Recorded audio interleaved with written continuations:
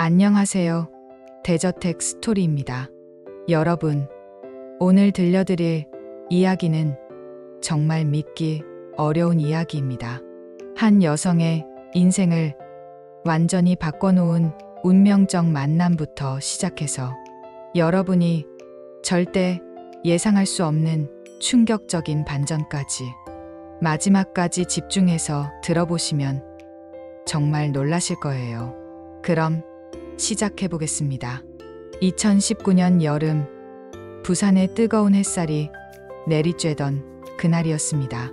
박수미는 아버지의 지시로 어쩔 수 없이 참석한 의료봉사 현장에서 짜증이 났습니다. 부산 최대 조선업체 태평양조선 회장의 외동딸인 수민에게 이런 봉사활동은 그저 귀찮은 일일 뿐이었어요. 임시로 설치된 컨테이너 진료소에는 항만 근로자들이 줄을 서 있었습니다. 대부분이 동남아시아에서 온 외국인 근로자들이었죠. 수미는 서울대 경영학과를 졸업한 엘리트답게 차가운 시선으로 그들을 바라봤습니다. 다음 분 들어오세요. 까만 피부의 외국인 근로자가 들어왔습니다. 서툰 한국어로 인사를 하며 앉는 모습이 어색해 보였어요. 이름이 뭐예요? 수미는 귀찮다는 듯이 물었습니다. 하지만 그 사람은 당황한 표정으로 무슨 말인지 알아듣지 못하는 것 같았어요. 아, 정말 한국에 와서 일하려면 한국말이라도 좀 배우고 와야지. 수민이 얼굴을 찌푸리며 중얼거리는 순간이었습니다. 갑자기 누군가 문을 열고 들어왔어요. 실례합니다. 제가 좀 도와드릴게요. 푸른 작업복을 입은 젊은 남자가 서 있었습니다. 키가 크고 햇볕에 그을린 건강한 피부를 가진 이준호였어요. 준호는 밝은 미소를 지으며 외국인 근로자에게 서툰 영어로 말을 걸기 시작했습니다. 근로자의 얼굴에 안도의 표정이 번졌어요. 준호는 몸짓을 섞어가며 친절하게 대화를 이어갔습니다. 언어는 완벽하지 않았지만 진심 어린 태도가 느껴졌어요. 수미는 그 모습이 마음에 들지 않았습니다.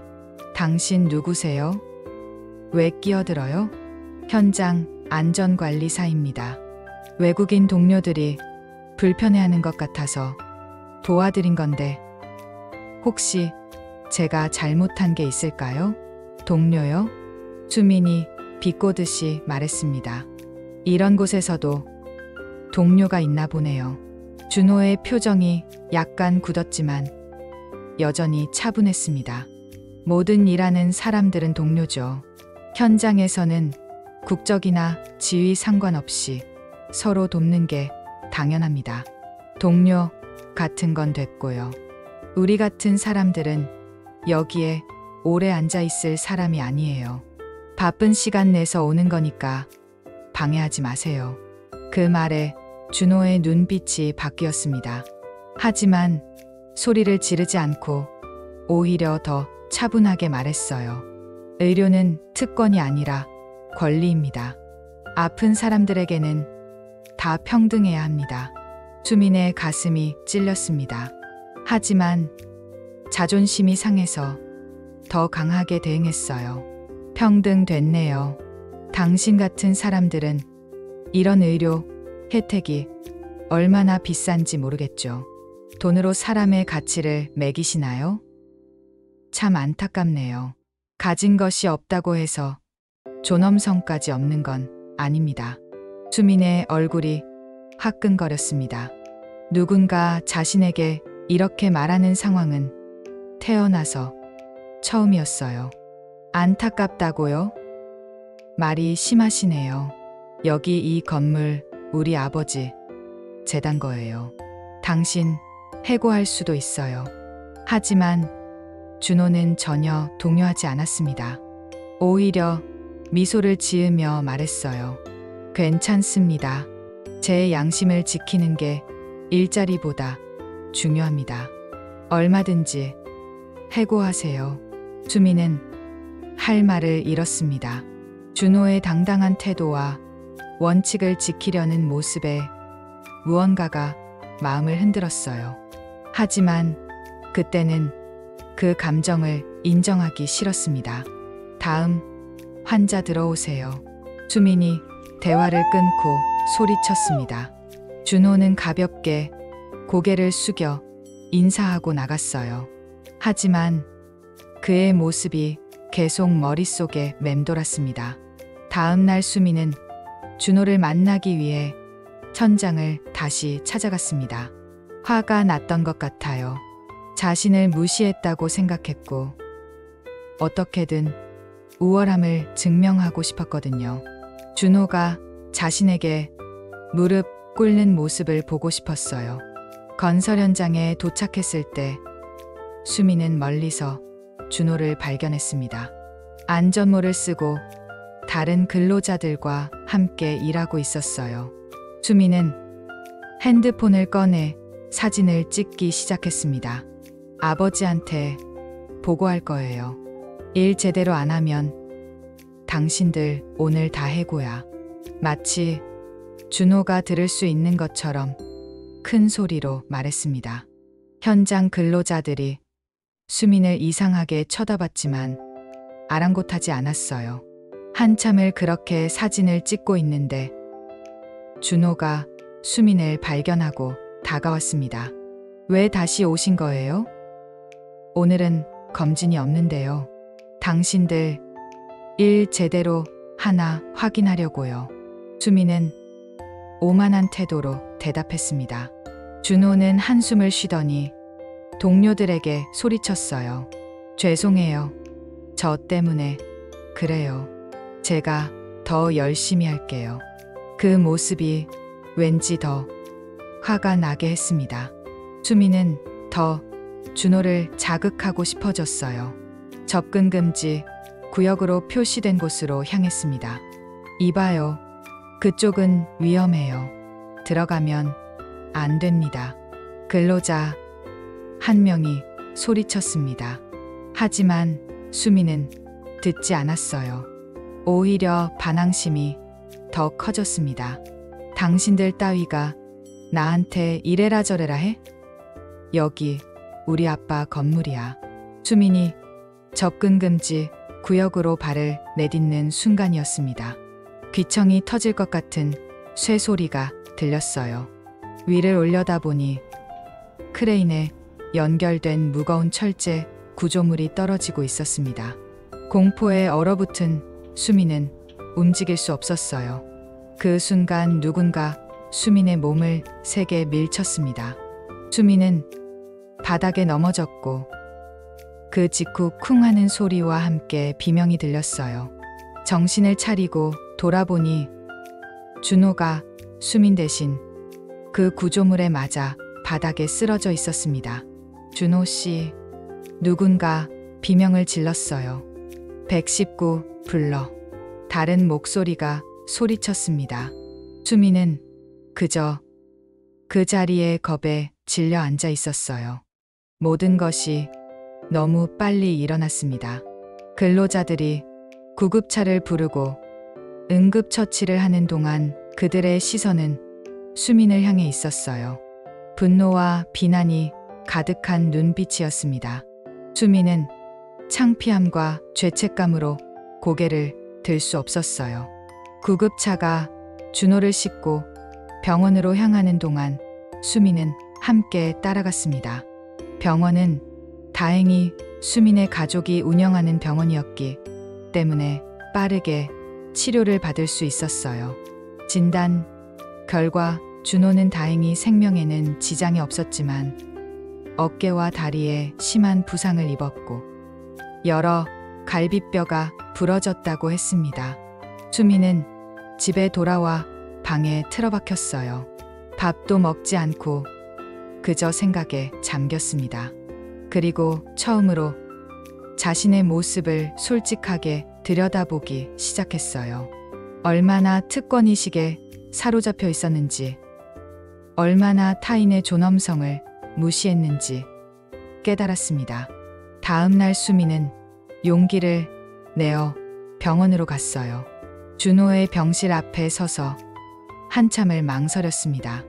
들어가야 할까? 아니면 그냥 돌아갈까?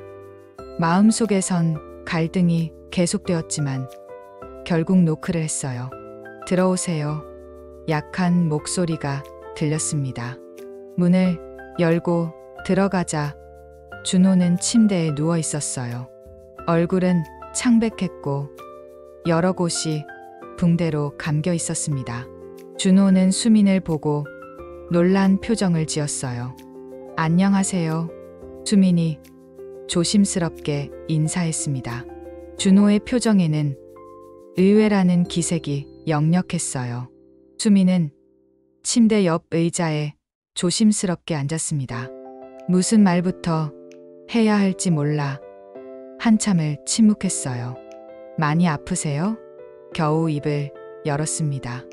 괜찮습니다. 며칠 안에 퇴원할 수 있대요. 준호가 약하게 미소를 지었어요. 그 미소를 보자 갑자기 눈물이 났습니다. 수미는 참지 못하고 흐느끼기 시작했어요. 죄송해요. 정말 죄송합니다. 제가 준호는 침대에서 상체를 약간 일으키려다 통증에 얼굴을 찌푸렸습니다. 괜찮아요. 사고는 누구에게나 일어날 수 있는 거니까요. 아니에요. 제 잘못이에요. 제가 오만하고 무례하게 굴었고 출입금지 구역에 들어가는 바보 같은 짓을 했어요. 그런데 당신은 저를 구해주셨어요. 눈물을 닦으며 마음속에 있던 질문을 드디어 꺼냈습니다. 저를 그렇게 무시했는데 저를 왜 구해주셨나요?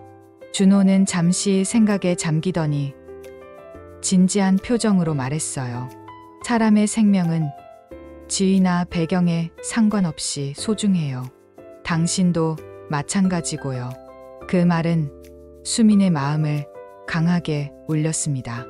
수민은 항상 사람의 가치가 배경과 재산, 학벌에 따라 다르다고 생각했어요. 하지만 준호의 눈에는 모든 사람이 동등하게 소중했던 거죠. 수민은 그날 밤 준호의 병실에서 오래 머물렀어요. 처음에는 미안함 때문이었지만 점차 준호와의 대화가 편안하게 느껴졌습니다. 그리고 준호의 인품에 점점 더 깊은 감동을 느꼈어요. 내일 또 와도 될까요? 떠나기 전에 물었습니다. 물론이죠. 준호가 따뜻하게 미소 지었어요. 그날부터 수미는 매일 병원을 찾았습니다. 그리고 준호라는 사람에 대해 많이 알아가기 시작했죠. 그러던 어느 날 준호는 자신이 살아온 과거에 대해 이야기해주기 시작했어요. 그 이야기는 수민의 마음을 더 크게 만들었습니다. 저는 울산의 작은 마을에서 태어났어요. 부모님을 일찍 잃고 혼자 자랐죠. 그다지 부유하지는 않았지만 주변 분들의 도움으로 버틸 수 있었어요. 준호의 얼굴에 잠시 그늘이 드리웠다가 이내 사라졌어요. 어려운 환경이었지만 포기하지 않았어요. 야간 대학을 다니면서 여러 자격증을 땄고 현장에서 일하면서 실력을 쌓았죠. 물질적으로는 부족해도 마음까지 가난해질 필요는 없으니까요. 준호의 이야기를 들으며 수미는 깊은 감동과 함께 부끄러움을 느꼈어요. 자신이 얼마나 큰 특권 속에 살아왔는지, 그리고 그것을 당연하게 여기고 있었는지 깨달았습니다. 그날 이후로 수미는 준호를 더욱 존경하게 되었어요. 그리고 준호와 함께하는 시간이 점점 더 소중하게 느껴졌습니다. 몇 개월이 지나자 수미는 확실히 알게 되었어요. 자신이 준호를 사랑하고 있다는 것을요. 어느 여름날 밤 도심의 작은 공원에 앉아 있을 때였습니다. 별이 몇 개 보이는 밤하늘 아래 수미는 용기를 내어 마음을 털어놓기로 했어요. 준호 씨, 할 말이 있어요. 무슨 일이에요? 저 준호 씨를 좋아해요. 그냥 친구로서가 아니라 사랑하는 마음으로요. 수민의 고백에 준호는 놀란 표정을 지었습니다. 그리고 깊은 한숨을 내쉬었어요. 수민 씨, 우리는 너무 다른 세계에 살고 있어요. 당신은 재벌가 딸이고 저는 그냥 현장 일꾼이에요. 수민은 마음이 졸였어요. 거절당할 것 같았거든요. 그래도 당신과 함께 하고 싶어요. 최선을 다해서 행복하게 해드릴게요. 준호는 잠시 망설이더니 수민의 손을 잡았어요. 저도 수민 씨를 사랑합니다. 수민은 기쁨에 차서 준호를 안았습니다. 그 순간이 인생에서 가장 행복한 순간 중 하나였어요. 그렇게 두 사람은 연인이 되었습니다. 준호는 일을 마치면 항상 수민을 만나러 왔어요. 비가 오나 눈이 오나 피곤해도 한 번도 약속을 어긴 적이 없었습니다. 준호의 성실함과 진심 어린 태도는 수민을 점점 더 깊이 사랑에 빠지게 했어요. 함께 공원을 산책하고 영화를 보고 작은 식당에서 밥을 먹으며 행복한 시간을 보냈습니다. 그렇게 행복한 시간을 보내던 어느 날 수민은 이상한 증상을 느꼈어요. 평소보다 쉽게 피곤해지고 아침마다 메스꺼움을 느꼈습니다. 설마 하는 마음으로 약국에서 임신 테스트기를 구입했어요. 떨리는 손으로 검사를 마치고 결과를 확인했습니다. 2줄 양성 반응이었어요. 임신이야. 수민은 화장실 바닥에 주저앉아 한참을 넋을 잃고 있었어요. 이 상황을 어떻게 받아들여야 할지 몰랐습니다. 기쁨, 두려움, 혼란 모든 감정이 뒤섞였어요. 부모님은 준호의 존재조차 모르는 상황이었죠. 수많은 생각이 머릿속을 맴돌았습니다. 며칠 동안 이 사실을 준호에게 말하지 못했어요. 어떻게 말해야 할지, 준호의 반응이 어떨지 두려웠습니다. 부모님께 말하면 분명 준호와 헤어지라고 강요할 테고 어쩌면 낙태까지 요구할지도 모른다고 생각했어요. 일주일 동안 혼자서 고민하다가 결국 용기를 내어 준호에게 전화했습니다. 준호 씨, 오늘 꼭 만나야 할 것 같아요. 중요한 얘기가 있어요. 한강변 조용한 벤치에서 만났어요. 수민은 준호에게 바로 말했습니다. 준호 씨, 제가 임신했어요. 준호는 잠시 아무 말도 하지 못했어요. 눈이 커지고 입이 약간 벌어진 채로 수민을 바라보기만 했습니다. 정말요? 정말이에요. 준호가 겨우 입을 열었습니다. 준호의 반응은 수민이 예상한 것과 완전히 달랐어요. 준호의 눈에 눈물이 고이더니 갑자기 환한 미소가 번졌습니다. 이건 정말 기적이야. 준호가 처음으로 수민을 반말로 부르며 말했어요. 그리고는 수민을 꼭 안아주었습니다. 기쁜 거예요? 수민이 조심스럽게 물었습니다. 당연하지. 우리 아이잖아.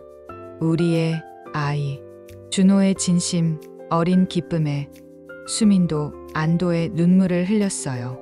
하지만 현실적인 문제들이 여전히 남아 있었습니다.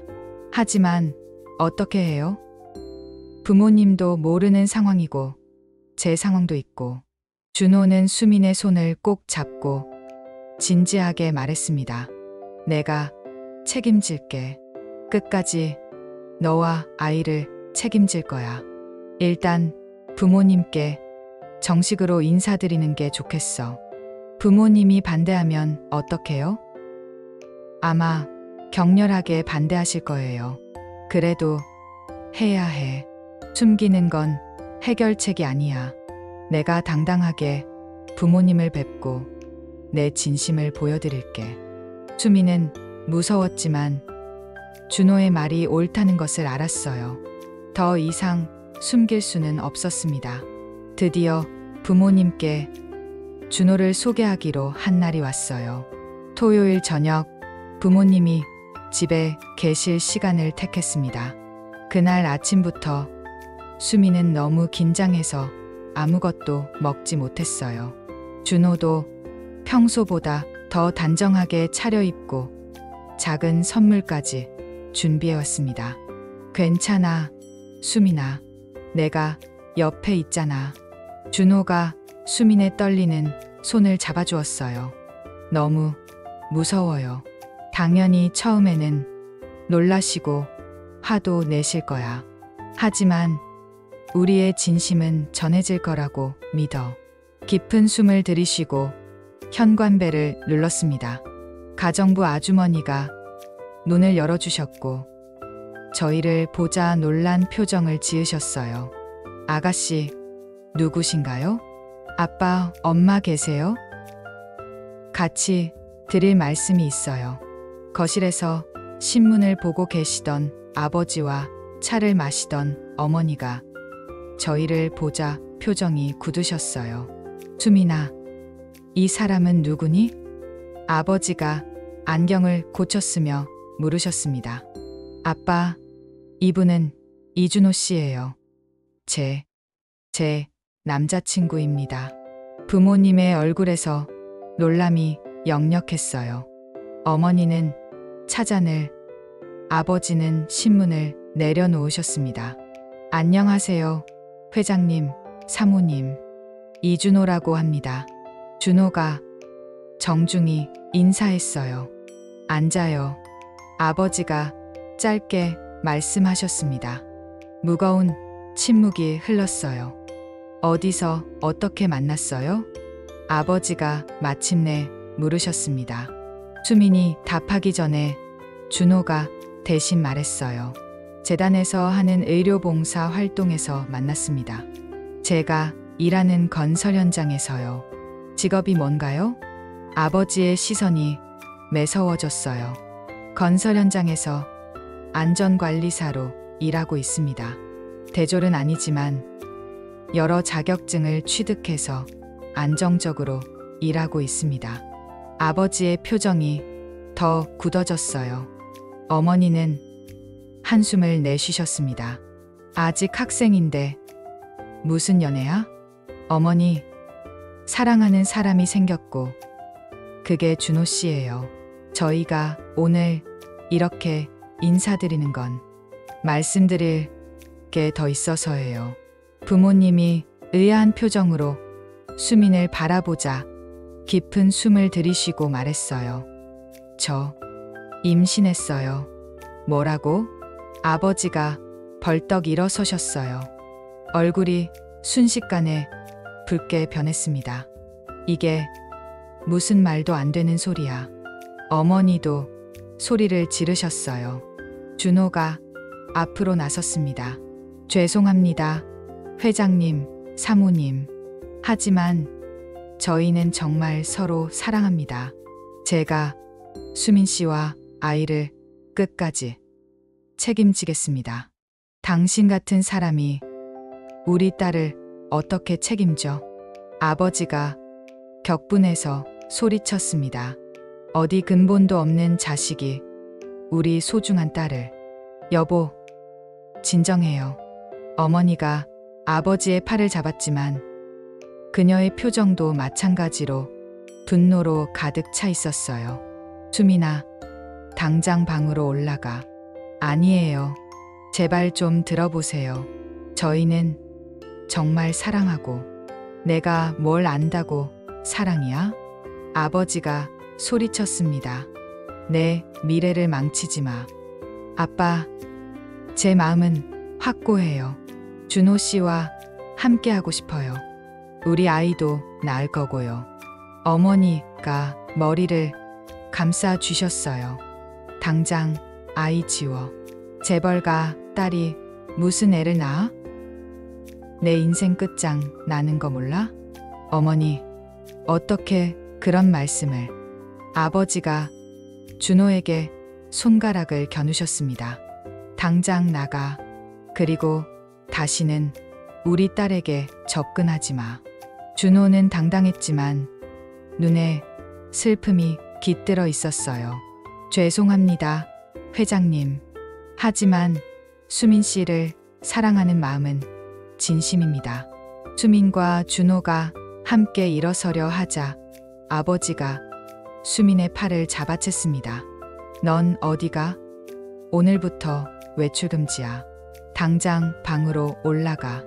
결국 그날 수민은 방에 감금되다시피 했고 준호는 쫓겨나듯 집을 나갔어요.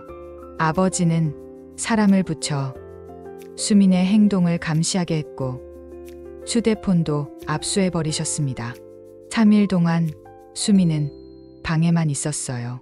식사는 가정부 아주머니가 방으로 가져다 주셨고 아무도 수민과 대화하지 않았습니다. 4일째 되는 날 어머니가 방에 오셨어요. 내일 병원 예약했다. 9시야. 준비하고 있어. 조용히 수술할 거야. 아무도 모를 거니까 걱정 말고. 무슨 병원이요? 수민은 물었지만 이미 답을 알고 있었어요. 이제 와서 모르는 척하지 마. 절대 안 돼요. 제 아이예요. 지우지 않을 거예요. 지금은 그렇게 생각하지. 나중엔 나한테 고마워할 거야. 어머니, 전 이 아이를 지키고 싶어요. 더 이상 말하지 마. 어머니가 나가신 후 수민은 결심했어요. 더 이상 여기 있을 수 없다고요. 밤이 깊어지자 조용히 짐을 쌌어요. 몇 벌의 옷과 필요한 물건들, 그리고 비상금을 작은 가방에 넣었습니다. 휴대폰은 없었지만 노트북이 있어서 준호에게 메일을 보낼 수 있었어요. 내일 아침 7시 우리 집 근처 공원에서 만나요. 꼭 와야 해요. 그날 밤 수민은 잠들지 않고 가족 사진을 바라보았어요.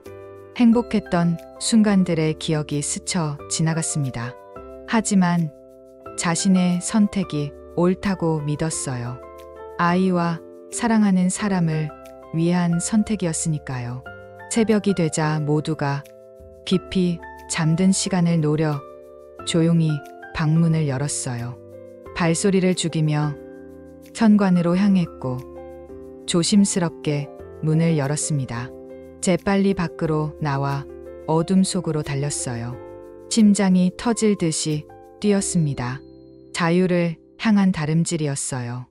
약속한 공원에 도착했을 때 아직 준호의 모습은 보이지 않았어요. 이른 아침 공기는 차가웠고 벤치에 앉아 기다리는 동안 불안감이 밀려왔습니다. 혹시 준호가 안 오면 어떻게 되는 거지? 수많은 걱정이 머릿속을 맴돌았지만 자신의 선택을 믿었어요. 그때 공원 입구에서 익숙한 모습이 보였습니다. 준호였어요. 주변을 둘러보며 천천히 걸어왔고 수민을 발견하자마자 뛰어왔습니다. 심장이 더 빨리 뛰기 시작했어요. 이제 새로운 삶이 시작되는 순간이었습니다. 수민과 준호는 말없이 서로를 껴안았어요. 준호의 품 안에서 수민은 비로소 안전함을 느꼈습니다. 정말 왔구나. 정말 왔어. 준호가 수민의 머리를 쓰다듬으며 중얼거렸어요. 약속했잖아요. 함께 하기로. 목이 메어 더 이상 말을 잇지 못했어요. 준호의 고시원은 좁고 허름했지만 그날만큼은 세상에서 가장 안전한 곳이었습니다. 다음 날 경남 외곽 반지하 단칸방으로 이사했어요. 10평 남짓한 방이었지만 수미는 불행하지 않았습니다. 수미는 처음으로 집 청소를 했습니다. 준호는 걸레 짜는 법부터 빨래하는 법까지 친절하게 가르쳐 주었어요. 결혼식도 없이 함께 살기 시작했습니다. 2020년 3월 달 서연이가 태어났어요. 준호는 건설 자재, 사업 아이디어를 떠올렸습니다. 중소건설업체들에게 품질 좋은 자재를 공급하는 서비스였어요. 작은 사무실을 얻고 이준호 건설자재라는 간판을 달았습니다. 수민도 온라인 쇼핑몰을 시작했어요. 서울대에서 배운 마케팅 지식과 트렌드 감각이 큰 도움이 되었습니다. 이번 달 매출이 1,000만 원을 넘었어. 수민이 기뻐했어요. 두 사업 모두 성공적으로 성장했어요. 서연이가 초등학교에 입학할 무렵 준호의 회사는 이준호 그룹으로 수민의 쇼핑몰은 연매출 10억 원을 달성했습니다. 2024년 준호는 건설업계에서 인정받는 기업인이 되었어요. 처음에 나랑 도망쳐 나올 때 후회한 적 있어. 단 한 번도요. 가장 행복한 선택이었어요. 평범한 저녁이었어요. 준호가 갑자기 얼굴을 일그러뜨리더니 쓰러졌습니다. 여보, 수민이 비명을 지르며 119를 불렀어요. 뇌출혈 의심입니다. 의사가 말했어요. 수민의 세상이 무너져 내렸습니다. 준호는 40대 중반인데 어떻게 이런 일이. 3주 후 의사는 가정 간병을 제안했어요. 집이라면 더 편안한 환경에서 돌볼 수 있을 거예요. 수민은 집에서 간병하기로 결심했습니다. 간병인을 찾기 시작했어요. 여러 후보자를 만났지만 마음에 오지 않았습니다. 마지막 날 김영희 선생님을 만났어요. 60대 후반의 따뜻한 여성분이었습니다. 20년 넘게 중풍 환자를 돌본 경험이 있어요. 영희의 말투와 눈빛에서 경험과 진심이 느껴졌어요. 이분이라면 준호를 잘 돌볼 수 있을 것 같아요. 수미는 확신했습니다. 다음 날 아침 김영희 선생님이 안방으로 들어서자마자 충격을 받았어요. 얼굴이 창백해지더니 온몸이 굳어버렸습니다. 선생님, 괜찮으세요? 영희는 떨리는 손으로 준호를 살펴보기 시작했어요. 사실 저는 남편분을 알아요. 당황한 수민이 물었습니다. 어떻게 아시는 거죠? 울산 출신이죠. 어렸을 때 교통사고로 부모를 잃으셨고요. 수민은 놀랐어요. 어떻게 그걸? 저는 준호의 엄마입니다. 충격적인 고백이었어요. 영희는 35년 전 교통사고 후 6개월간 의식불명 상태였고 깨어났을 때 준호는 이미 입양되어 있었다고 했습니다. 35년 동안 찾았지만 만날 수 없었어요. 영희가 눈물을 흘렸어요. 하지만 이제 제가 준호 곁을 지킬 거예요. 그날부터 영희는 모든 정성을 다해 준호를 돌보기 시작했습니다. 밤낮 없이 곁을 지키며 마사지를 해주고 이야기를 들려주었어요. 한 달 후 기적이 일어났어요. 준호가 눈을 뜬 것입니다. 여보, 수민이 준호의 손을 꼭 잡았어요. 점차 준호는 회복되어 휠체어를 타고 움직일 수 있게 되었습니다. 준호의 생일날이었어요. 김영희 선생님을 보고 있으면 저희 어머니가 생각나요. 준호가 말했습니다. 선생님이 저를 돌봐주실 때면 마치 어머니가 돌봐주시는 것 같은 기분이 들어요. 어머님의 눈에서 눈물이 흘러내렸어요. 수미는 이제 말해야 할 때라고 느꼈습니다. 준호야, 나야. 엄마, 어머님이 말했습니다. 방 안이 정적에 휩싸였어요. 준호는 믿을 수 없다는 듯 어머님을 바라보았습니다. 어머님은 낡은 가족 사진을 보여주었어요. 우리 가족 사진이야. 마침내 준호의 눈에서 눈물이 흘러내렸습니다. 어머니, 35년 만에 모자가 서로의 품에 안겼어요. 이것은 진정한 기적이었습니다. 어머니와의 재회 후 준호는 완전히 다른 사람이 되었어요. 건강도 빠르게 회복되었습니다. 어머님의 제안으로 수민의 친정 부모님을 찾아뵙기로 했어요. 15년 만에 화해였습니다. 어머니, 저예요. 수민이에요. 초인종을 눌렀어요. 수민아, 내 딸. 어머니가 문을 열었습니다. 수민은 어머니의 품에 안겨 눈물을 쏟았어요. 고맙소. 우리 딸을 잘 돌봐줘서. 아버지가 준호의 어깨를 끌어안으셨습니다. 서연이를 본 할아버지, 할머니는 눈물을 흘리셨어요. 이렇게 예쁜 손녀가 있었는데 가족은 오랜 시간 이야기를 나누었어요. 몇 달 후 더 큰 집으로 이사해 어머님과 친정 부모님을 위한 공간을 마련했어요. 서연이는 세 분의 할아버지, 할머니 사랑을 받으며 행복하게 자라고 있습니다. 계급의 벽을 뛰어넘은 사랑, 35년 만에 기적적인 재회, 그리고 완전해진 가족의 행복. 모든 것이 실제로 일어난 일입니다. 때로는 고통스러운 이별과 상실이 있지만 또 때로는 기적 같은 재회와 화해가 있어요. 포기하지 않는 사랑과 가족을 향한 헌신이 있다면 우리 인생에도 이런 기적이 찾아올 수 있습니다. 오늘 이야기가 여러분에게 작은 희망과 감동이 되었기를 바랍니다.